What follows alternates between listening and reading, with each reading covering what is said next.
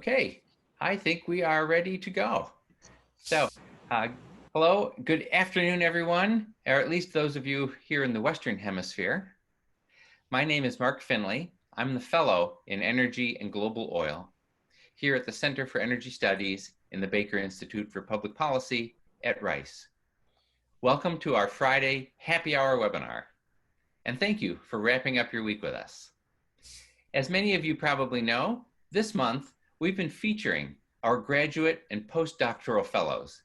Today, we will be discussing petrochemicals in emerging markets, featuring our postdoc fellow, Adrian Duhalt. Adrian is postdoctoral fellow in Mexico Energy Studies here at the center. His PhD thesis, which he completed way back in 2011, looked at the development trajectory of the petrochemical industry in Mexico. And since then, Adrian's research agenda has continued to keep an eye on this industry globally. He has written most recently about Mexico's ammonia and fertilizer sector. Also joining us today is Benigna Lais, a non-resident fellow at CES. Benigna has more than 30 years of experience in the energy sector in Latin America and West Africa.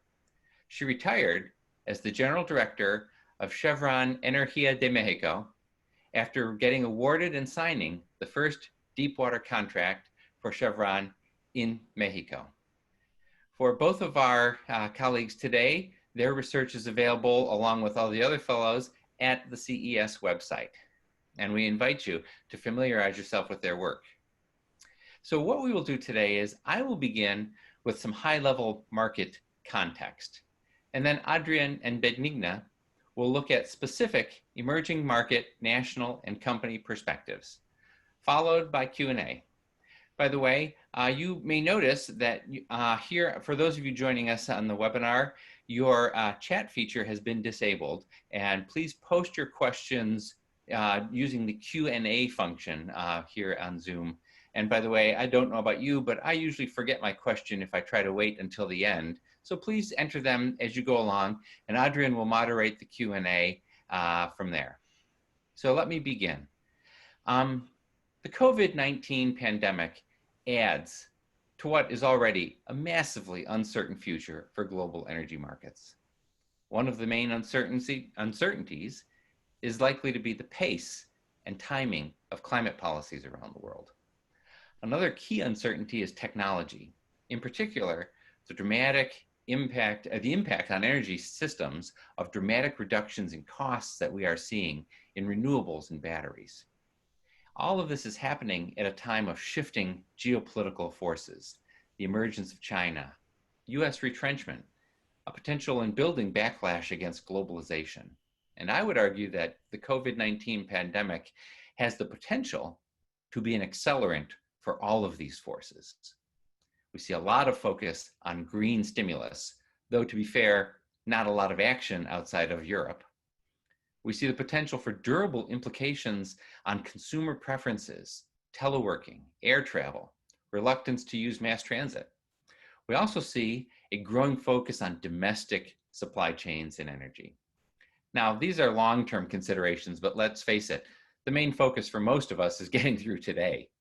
The immediate impact of the pandemic on energy. We're seeing sharply slower economic growth here in the United States and around the world, and correspondingly weaker energy demand growth. Policies aimed at containing the pandemic are disproportionately impacting transportation and therefore oil demand. We are looking this year at the biggest decline in global oil consumption on record. We've also, as a result of this, seen sharply lower prices for energy, including briefly here in the United States, negative crude oil prices. We're also seeing massive production implications for this, a collapse of upstream investment, especially here in North America, which many of you are living through. We've also seen the biggest coordinated production cuts in history, led by OPEC and a cooperating group of non-OPEC producers, including Russia. And we've talked about many of these broader market dynamics in some of our earlier webinars. In the face of all of these developments, there's been renewed attention on the future of oil demand. Will the crisis durably hurt demand in transportation? Will green stimulus accelerate a transition to electric vehicles? Is there a potential out there to boost petrochemical demand? Certainly in the short term, we're seeing more use of single-use applications like gloves, plastic bags, etc. Now, whenever we think about the future, it's always important to keep in mind the words of the great American philosopher and baseball player Yogi Berra, who famously said, "Making prediction is difficult, especially about the future." It is important to always be humble in our ability to think about and predict the future. For example, in its scenarios to 2040, the International Energy Agency in Paris now has one scenario where oil demand in 2040 falls from about 100 million barrels per day today to about 60 million barrels per day. This is their successful climate policy case. But they also have a scenario with future demand of 120 million barrels per day. That's their more or less business as usual case. But that's literally a range of 100% for oil demand in 2040, from 60 to 120 million barrels a day, or anywhere in between. How can anyone plan based on that? Will we see peak oil demand? Will the pandemic accelerate its arrival? What role will petrochemicals play?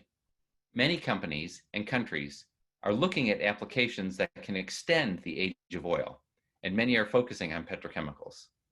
Even many analysts who predict a peak in oil demand expect that petrochemicals demand will continue to grow, and indeed will become one of the main sources of future oil demand growth and accounting for a growing share of total world oil demand. After all, these are the basic building blocks of modern life, and most people expect demand in this sector will grow as long as the economy continues to grow, especially in emerging economies. So we see many countries looking at petchems as a growth industry and looking to add capacity to capture that opportunity. That's what Adrian and Benigna are here to discuss. We'll hear about interest from consumers like China and India, and from producers in the Middle East and Latin America. But again, some cautionary words before we continue. It bears repeating, the future is uncertain. Will the world's economy and energy demand grow robustly? Will policy impact future petrochemicals demand? Plastic bans, advancing the circular economy via much greater use of recycling and reusing. Depending on where the new petchems capacity gets built, will it be a source of oil demand at all? Or will natural gas be the feedstock? Or in more creative pathways, could coal or bioinputs be used? And always remember, we are talking about a robust, competitive global marketplace, both for the inputs, the feedstocks for petrochemicals, as well as the outputs. Everybody wants to build new capacity, it seems. Barriers to entry are low. Who has the comparative advantage? Will North America and US feedstocks stay cheap compared to the rest of the world? How will IOCs and national oil companies compete? Will oil producing states subsidize or continue to subsidize their domestic industries for petrochemicals? Is there a risk of a global overbuild of capacity that will depress margins? I have more questions than answers, I'm afraid, but that's actually my job here today, to raise the tough questions for experts like Adrian and Benigna to answer. So with that, Adrian, let me turn it over to you, and then Benigna will offer her comments as well, and then we'll move into the Q&A. Adrian? Thank you, Mark. And thank you, Benigna, for being here with us today. And thank you to you all, and welcome to this webinar. I hope you are safe and everything is okay with you wherever you are. And well, I am honored to be here speaking today about petrochemicals. The focus is going to be on emerging markets, mainly in Asia and Latin America. And I wanna mention that this topic has been of interest to me since my PhD years. I graduated in 2011, and my PhD was about the petrochemical industry in Mexico, mainly the state-owned petrochemical industry in Mexico. And since then, as Mark said at the beginning, I have kept an eye on the industry, but mostly on Mexico. And certainly since I joined the Baker Institute in 2017. But it seems to me that over the past 2 years, a conversation around petrochemicals has gained momentum. So now we are hearing news and projects coming out of Saudi Arabia, China, India. And I think it's important for me personally and probably for the Baker Institute to engage in this conversation. So we are starting to understand what's going on with petrochemicals in emerging economies. Now let me explain why I believe it's important to have a conversation around petrochemicals. First of all, let's remember that in 2018, the International Energy Agency presented a report on the future of petrochemicals, basically forecasting that petrochemicals are about to become the main driver of additional oil demand going forward. So by 2030, it is estimated that 1/3 of additional demand is going to come from petrochemicals, and almost 50% by 2050. So that tells you about the big opportunities ahead for many companies operating in the industry. And these numbers doesn't say that much, but actually, if you look at the broader picture, you can have a better understanding. For example, fuel consumption. So despite the fact that the car fleet is expected to double by 2050, so there are some factors that tell you that demand for fuel is not going to increase accordingly. You know, the introduction or the adoption of electric cars and energy efficiency in fuel consumption. So many people believe that demand for fuels is going to be slower than it used to be. So to give you like a context about this, oil demand for chemicals is expected to increase by 4% a year in the next 10 to 20 years, and that of transportation fuels 1% a year. So that tells you where demand is going to come from in the next decade or so. And it's not only the challenge for oil on the demand side. Another front is power generation. Renewables and natural gas continue to gain pace. So that's another factor to include. So it seems to me that the world is moving to a future of greater energy efficiency. Oil prices are likely to be under pressure, and that makes me wonder about the options for oil firms to create value. So it seems to me that petrochemicals are one thing. So the second factor I want to talk about is the current economic environment. As you know, many countries have been hit hard by the outbreak of coronavirus, and for a number of emerging economies, investment in petrochemicals could be a way to boost economic activity after the conditions are restored. But I will go back to that point later. So what drives expansion of petrochemicals in Asian emerging markets? Well, basically there are three factors I would like to talk to: economic growth, population growth, and technological progress. So with respect to economic growth, let's not forget that, well, last year Asia was expected to become in terms of GDP, a larger economy than the rest of the regions of the world. So, and by 2030, it's believed that more than 50% of growth is going to come from Asia. So Asia is going to experience a couple of decades of huge growth in terms of the economy. And a number that tells you more about that is the growing middle class in these countries, especially in China, India, and countries from the southeast of the continent. Of the 2.4 billion of individuals joining the ranks of the middle class by 2030, around 90% will come from Asia. So that tells you about the huge opportunities for consumption growth in this continent. So let's not forget that also consumption of petrochemicals is much lower in emerging economies than in rich countries.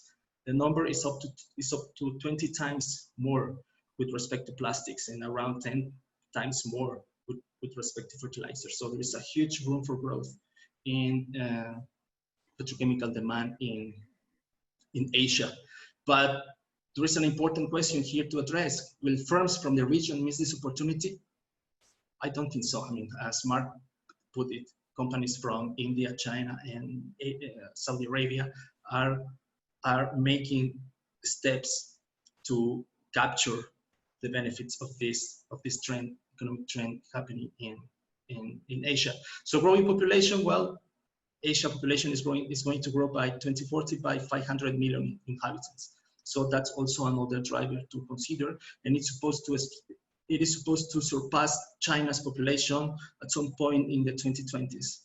And while technological progress is another factor, another driver behind this petrochemical trend in Asia, and there is this process called crude oil to chemical processes. Basically, technological progress will allow refiners to produce more petrochemicals, to increase the petrochemical yield for each barrel of oil processed. So conventional numbers tell you that around 8–10% of a barrel of oil processed it's converted into petrochemicals. So in a well-integrated petrochemical and refining complex, give you a share of 20%. But with this technology, companies are looking at between 40 and 70% and even more. So basically what companies are trying to do is to reduce their exposure to producing transport fuel and increase their production of petrochemicals, where the value is going to come from in the next decades. So what are the players to watch? Well, Saudi Arabia is one of them, as what I was telling you. And in an effort to diversify its economy and add value to domestic oil production, Saudi Arabia has a vision to make its economy less reliant on oil revenues. And one important part of this plan is petrochemicals. Saudi Aramco, knows that having a competitive extraction cost, abundant reserves, and high crude production gives them an advantage. And they indeed have an advantage, or several over some of its competitors, and is preparing to gain a greater share of the plastic resins market in the future. So what are the steps taken by Saudi Aramco? As you know, the company signed technological cooperation agreements with different companies to develop this technology and have the ability to convert 70–80% of each barrel of crude into petrochemicals. And a few months ago, probably you saw it on the news, it completed the acquisition of SABIC, 70% of SABIC. So now it controls its sister company. And it is part in China and in India, which are like huge markets. Well, Saudi Aramco is looking into, forming partnerships with local companies, and they have done so. So they are looking at investing billions of dollars into petrochemical projects in China and India. So for Saudi Aramco, increasing its interest in refining and petrochemicals could be a way to secure demand for its oil production. And at the same time, it is a diversification strategy. So where is value gonna come from in the future? It's not gonna come that much from transportation fuels, but petrochemicals. That's the logic behind this discussion.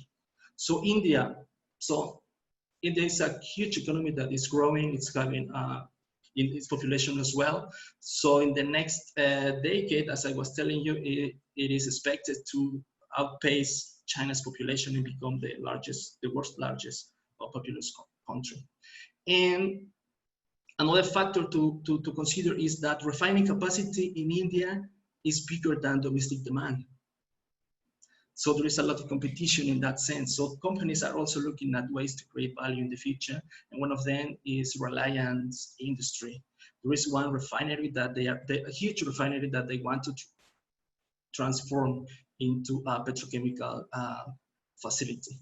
So they are looking at producing, to increase the petrochemical yield at more than 70% with the help of Saudi Aramco. And for producers in India having or reaching an agreement with companies like Saudi Aramco, like the one they are negotiating at the moment, Reliance Industries and Saudi Aramco, is to secure supply of different grades of oil. So for Saudi Aramco, is securing demand for the oil production, but for companies like Reliance is securing supply. So those are like it's a strategy to complement each other. And China, well, China is a huge market for petrochemicals, and it's set to become even more important in the next decade. So the case that drew my attention is paraxylene, which is a chemical used in the making of textiles and plastic. China is the largest market in the world and also the largest importer in the world. So they are trying to substitute imports and produce locally. So these are capital-intensive projects. So Chinese companies are teaming up with other companies to develop these huge multi-billion projects. For example, in 2018, imports amounted to 17 billion. So it's a huge amount of money to be replaced by local production. So China's strategy consists of building integrated complexes to substitute imports, and it's making a lot of progress in that sense. So capacity is set to increase substantially in the next 5 to 7 years in China. So for example, in 2019, it announced that it put into operation a complex in Dalian, in the northwest of the country, with a capacity to process 400,000 barrels per oil per day and yield 14 million tons of base chemicals per year. 14 million tons of chemicals per year. So to put this number into context, Benigna, Mexico's or Pemex petrochemical capacity is around 10.2 million tons per year as of 2018. So in one single complex, China is going to produce 14 million tons. Well, if it operates at high rate. And an even larger Chinese complex belongs to Shenyang Petrochemical Company in the city of Shushan, which in 2 phases will process 40 million tons of crude oil and to have a petchem yield of around 50%, mainly paraxylene. So China, Saudi Arabia, and India altogether are like taking like great steps to become larger players in the petrochemical industry in the future. And I think that deserves attention from scholars and policymakers and practitioners, because this conversation around petrochemicals globally, I think is gonna gain momentum as we move forward. Thank you. Thank you very much, Adrian. Benigna, now it's your turn. Absolutely. Well, good afternoon to everybody. I'm happy to be a part of this webinar this afternoon because it is a very exciting topic. And there is no question that the demand destruction that we have been going through has had a major impact on the industry, and COVID-19 has had a major impact on all of us. So it is a very, very important time for us to be sharing information and to be sharing in a webinar. What I'm going to talk about is tied to what Adrian and Mark have already shared with us, but with a different twist. I will be talking about specifically about 3 examples of NOCs, national oil companies. How are they looking at the petrochemical and their refining capacity and their refining and petrochemical operations? So, and I will do this for 2 companies in Latin America, one in Petrobras in Brazil, and Pemex in Mexico, and then we will jump to the growth area that Adrian has been highlighting, talking about Petronas in Malaysia.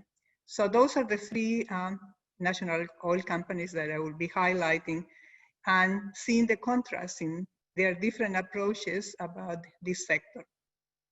So starting with Petrobras, I know that most of you are very familiar with it, but just for a refresher, I guess, Petrobras is a company that actually is state controlled, but a part of their issue shares, and their shares are being traded in the New York stock market. And their focus right now is in exploration and production of oil and gas, and particularly they want to be the leader and the expert on actually deep water exploration and production. And they have been very successful with that approach, as you may have heard. So they are really doing very well in terms of having operations in blocks the deepest in the world, literally, and increasing their production significantly. The interesting approach they have taken is that to actually being able or being in a position to finance and to grow in that area, they have decided to divest other segments of their value chain. And last year, they already divested their distribution of all I guess the gasoline stations. They were already sold to another company. And at the same time, they have sold, they used to have whatever number of refineries, and they have kept 13 refineries, and they have sold 6, so they had 19 refineries, and they have sold them because they really want to keep only those ones that they are critical for their operations, and the other ones, they have actually divested them. Also, as a good national oil company, they had participation in everything under the sun, in gas distribution, in pipelines, in renewables. Well, all those businesses are actually in the process of being divested. And in terms of their petrochemical sector, they have done something, again, different to what other companies, based on what Adrian told us here.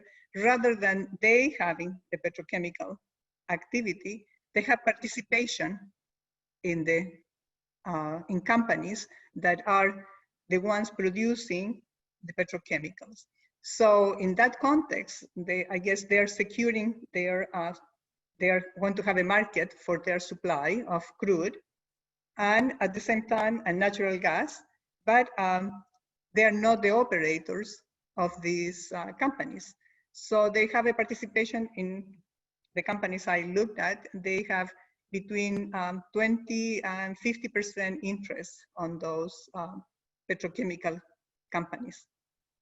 So their focus at this time, given again the market condition, is that they will continue their divesting process, waiting until the market is good enough for them to actually sell their assets that they still want to divest from.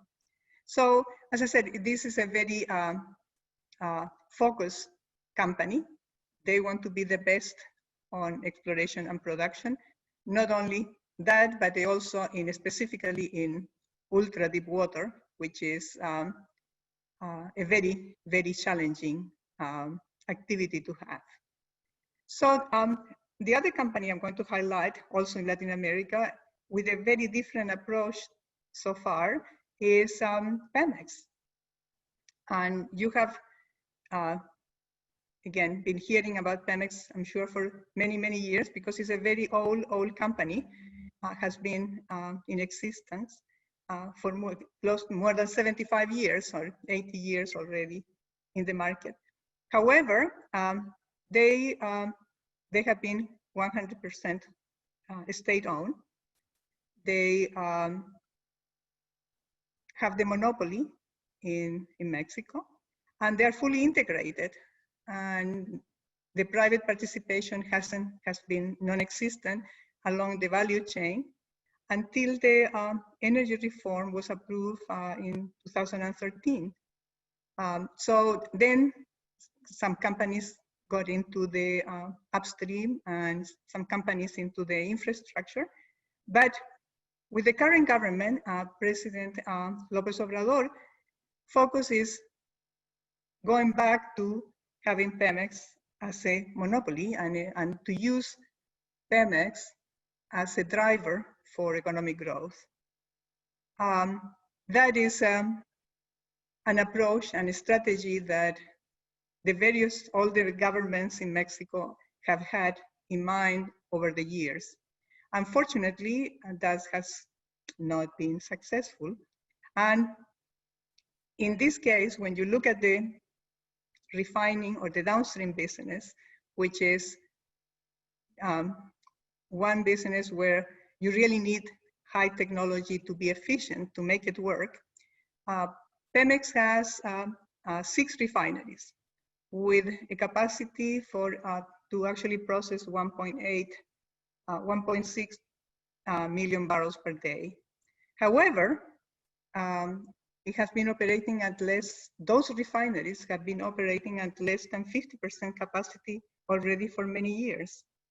And unfortunately, to make things worse, they are currently, actually this week, one of them, but this month, there have been 2 incidents in 2 refineries in Cadereyta and in Salamanca with fires and emissions of sulfur gases, which are very, very dangerous.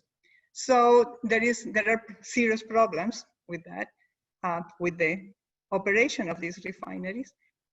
In addition to the fact that they're not producing the volumes that they are capable producing, because they need to be upgraded. Actually, these refineries were built to process light oil. And the reality is that the current production that peaked in 2004, it used to be 3.4 million barrels per day. Right now is about the last number, I don't remember, Adrian, I think is 1.2, 1.3 million barrels a day. And so it has been declining consistently, but they cannot process all that crude. As a result of that, the imports of gasoline and diesel have continued to increase over time. As a result of all this, rather than upgrading the existing refineries, the President, López Obrador, has decided to actually build a new refinery, which really, in this environment, it really doesn't make sense, because there is excess capacity refining in the marketplace. So to spend money on building a new refinery is really not economically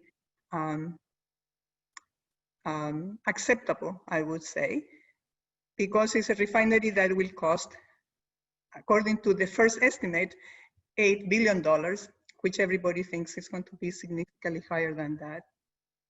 And again, the likelihood that it will be built while the President, López Obrador, is in power, which was his objective, is unlikely.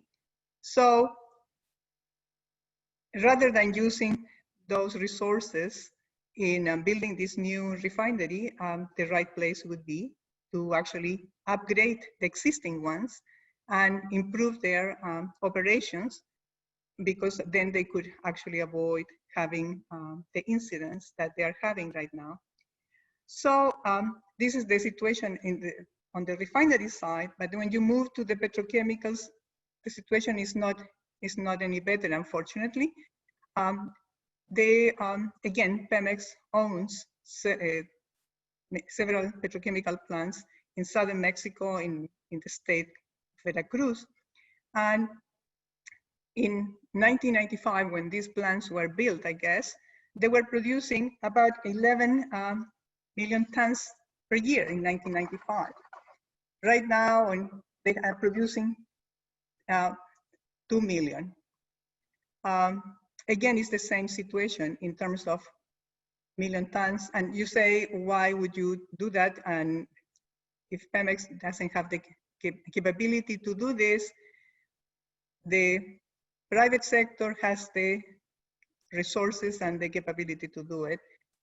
And actually, that was very interesting because President López Obrador visited one of these facilities in Veracruz. And at that time, I guess that was last year, he said that this was really an opportunity for this sector to have the participation of private resources. At the same time, since then, nothing has happened in terms of actually facilitating or attracting those resources into the sector. So for the production of these products, which are critical for the agricultural sector, for example, the fertilizers, well, a significant amount of those have to be imported. Then you have the other products that very, as Adrian was saying, for textiles, you really also need the products that are produced by these petrochemical plants. You have the same thing for even for right now for the medical sector with COVID-19. We have all this protecting gear that the medical doctors and the hospitals and the industrial operators have to use, plastic shields and things like that. Well, they just don't have the capacity to build them to meet the needs of the marketplace. So the opportunities, there is no question that is there because the market, Mexican market needs these products. So the big question mark in terms of opportunity and challenge is how is the market going to react and how the private sector will react to the opportunities of the new NAFTA, the USMCA, especially considering that there is a big interest, as Mark mentioned in his remarks, of bringing or making possible that many of these products that were produced in China are brought back to North America, at least. And in that case, the supply chain could actually benefit from having many of these products produced in Mexico. Mexico has an opportunity to actually make this happen through this agreement that is being implemented on July 1st, was the beginning of the implementation of this agreement. But at the same time, the conditions have to be there for the investors to be interested in investing in this sector. So how successful USMCA is going to be for that sector is one of the big questions. Talking about uncertainty, this is clearly one of them. Excuse me, Benigna? Yeah. In the interest of time and to make sure we leave time for robust Q&A, can I ask that we pause here and let Adrian move to the Q&A, and we can look to address your comments on Petronas, in the subsequent conversation? Sure, absolutely. Right. Okay. Well, thank you for your flexibility. Oh yes, absolutely. Okay, let's continue with the conversation. We have a few questions for the three of us, but I'm gonna start with Mark. Mark, what's your take about petrochemical feedstock? Because is it going to be oil everywhere, or in the US, is it going to be natural gas liquids? I mean, natural gas liquids will continue to be the main source of feedstock. What's your take about this? I think it comes down to cost and comparative advantage. I think one of the interesting dimensions of the global petrochemical system is exactly what you highlighted, Adrian, that here in the United States, it tends to be a natural gas-based industry, and most of the rest of the world uses naphtha and oil-based feedstocks as their base. And so I think one of the very interesting questions going forward is what are the relative economics of natural gas prices versus oil prices, but there's other sources of comparative advantage as well. For example, in a climate-constrained world, the Baker Institute is engaging in some research, working with the city of Houston and the Gulf area on prospects for carbon capture and sequestration. In a more carbon-constrained world, a competitive carbon capture industry could be a significant additional source of comparative advantage as well. And it's worth bearing in mind that we know how to make, these feedstocks from other applications as well. I mean, coal-based, bio-based feedstocks. And so it's all a matter of, to me, economics taking into account the cost of climate and carbon mitigation as well. Yeah. One of the questions you are getting from the audience is, will Houston still be a petrochemical hub in 2030? I think it's close to your remarks. Yep, that's I think a lot of brains are asking a lot of smart people are asking the same hard questions. Yeah. Benigna, so you were talking about. Yeah, I'm sorry. Sorry, you were talking about Mexico. So what do you think about this administration? What are the chances for the petrochemical industry to attract investment under the current government? Is it feasible? Well, as I said, I think that the reality is that the conditions have not been put in place for that to happen. So the USMCA will facilitate that process. But as I said, the government has to be proactive to do that. And as I said, they have said that they will, but again, nothing has happened yet. So I guess it's a matter of wait and see whether the government will face the fact that they really need private investment in the sector and accept, because this is an ideological commitment, really. The fact that the government doesn't want to have private investment is the ideological conviction that they want the government, everything to be owned and managed with government funds. Adrian, you know a thing or two about Mexico. What do you think? Yes. Well, I would like to add that these are challenging times in Mexico, but the reality is that there are huge opportunities within the petrochemical industry, as well as challenges. But I've been looking at, for example, the natural gas ammonia fertilizer industry in Mexico, and there is a huge market that needs to be served. And at the moment, well, imports are filling the gap. But for example, take urea, nitrogen fertilizer that needs ammonia, and 100% of domestic consumption comes from abroad. So that's one project that could help the administration of López Obrador and boost economic growth when conditions are restored after the coronavirus.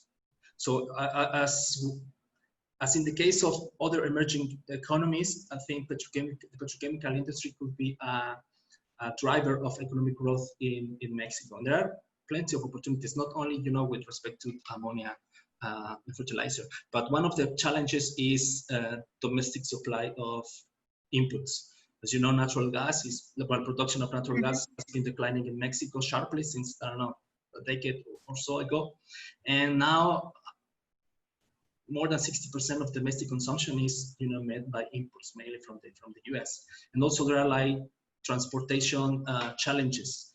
The southeast of Mexico has no access to the infrastructure of the natural gas coming from other areas from Texas. So there are infrastructure challenges of infrastructure bottlenecks to be addressed.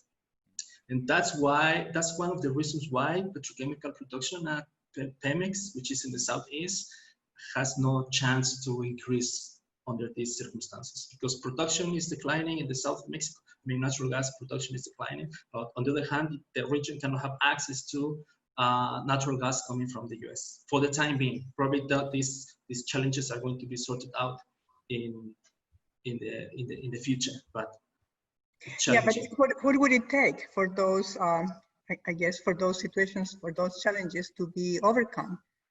As I said, at this point is the ability to open those markets to private investment. What would it take? Well, investment in operating existing infrastructure. You don't need to build a new pipeline. No, but how would you manage to actually break that barrier why people are not doing it? Because there are people interested and willing, as in Asia, for example, Yes. they are investing.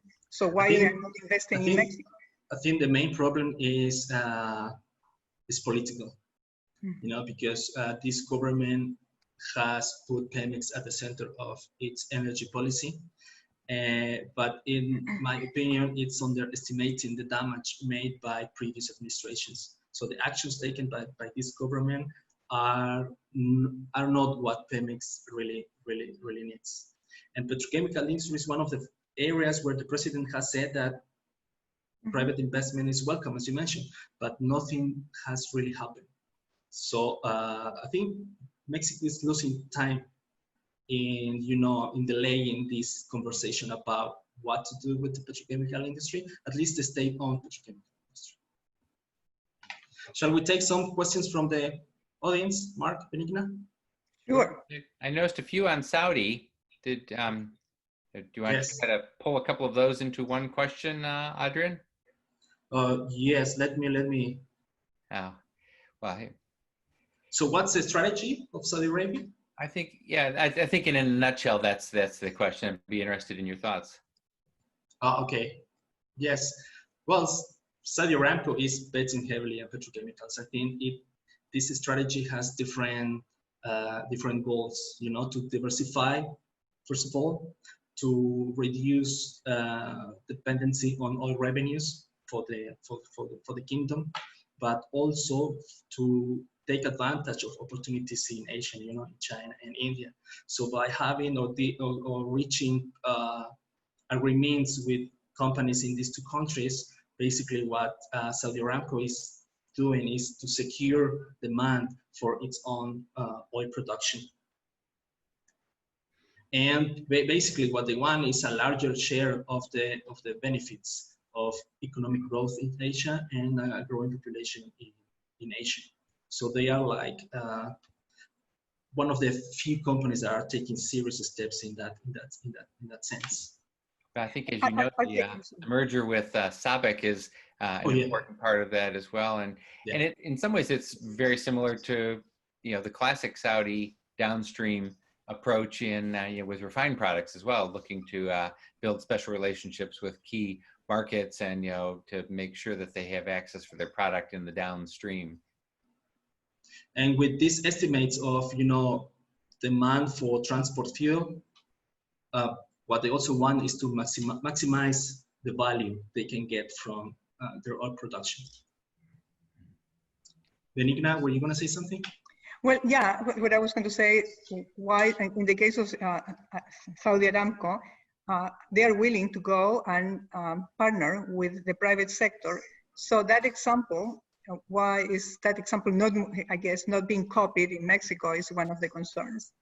And that's the reason why I think this is literally an ideological position. So if you don't want to do it because ideologically you don't want to do it, what is going to push you to do it is, I believe that it has to be the need when you really get to the point that you have to, which is the case right now with Pemex having more than $100 billion debt.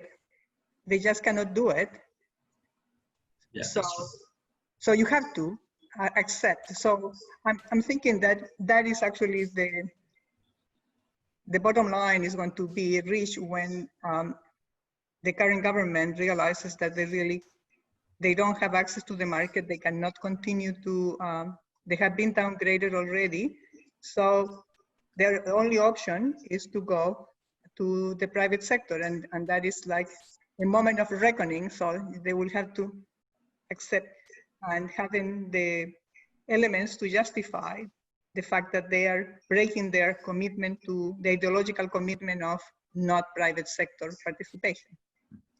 I think another wrinkle for on the Aramco side is that I see a willingness to engage in basic R&D to not only play defense and to defend and lock down markets for petrochemicals as we know them today, but to also invest in potential future applications that play offense a bit and build out the reach of petrochemicals into other sectors of manufacturing or construction, and to try to engineer petrochemical compounds that could compete against, for example, steel or cement in other applications, in the future as well. So it's not only a matter of a defensive mindset of, well, we need to move to petrochemicals because, transport is going away, but where can we build out new opportunities, with R&D? Yeah, and I guess there the main issue is that Mexico has very, very strong engineering groups and very good engineers, but the research group, all the innovation group, have been to some extent limited, so they don't have that drive to go and convince. They have done that in the aeronautic industry because they're building airplanes in Cuernavaca. I know that they have a plant for airplanes in Cuernavaca. So this is a problem with the energy sector because that's the one that is tinted as the one that has to remain 100% state-owned. There is one question here that I would like to address, and it's related to Reliance Industries in India. And the question is if Reliance will transform from becoming a refining facility to a petrochemical facility. I think the fact that Reliance wants to increase its footprint in petrochemicals doesn't necessarily mean that they are abandoning refining. What they want to do is to maximize profitability, and shield themselves from uncertainty going forward. And also, who wants to miss on the opportunity of growing demand from a growing population in India? I think Reliance is is well positioned to actually reap the benefits of what's going on in India and what's going to happen in India in economic terms going forward. And that is very interesting also, thinking about the Secretary of Energy having visited India and precisely Reliance, thinking that that potentially would be a good example to follow, but nothing has happened either. Yeah, coronavirus is affecting everyone. Mark, do you want to add something? No. I actually there were I think one of the interesting threads here is the kind of role of innovation and the role of government policy and potential distinctions between national companies, which Benigna was talking about, and private companies, in trying to find ways forward in this. I think that is actually the big contrast here. The companies that seem to appear more successful in reaching their objectives are those ones that actually have private participation. One of the comments that I have made many times in Mexico was the fact that when you have to talk to the analysts and explain why you didn't meet your objectives that you had actually spelled out in your last meeting with the analyst, that has an immediate result on the value of your stock. So there are consequences. Well, in Mexico, the fact that the objectives are not met, nothing happens. Yeah. Except the fact that the companies now, as actually it's been downgraded by the rating agencies. But that is a different situation. It's not like immediate feedback. Yeah, and I would like to add that successful companies, pursuing this type of capital-intensive projects, they don't normally go alone. All the examples I review for this webinar are between 2 or more companies. So joint ventures, partnership, you name it. But the strategy is not to go alone. So exactly. That's a strategy to diversify risk. Exactly. You have to diversify the risk and also bring different skill sets.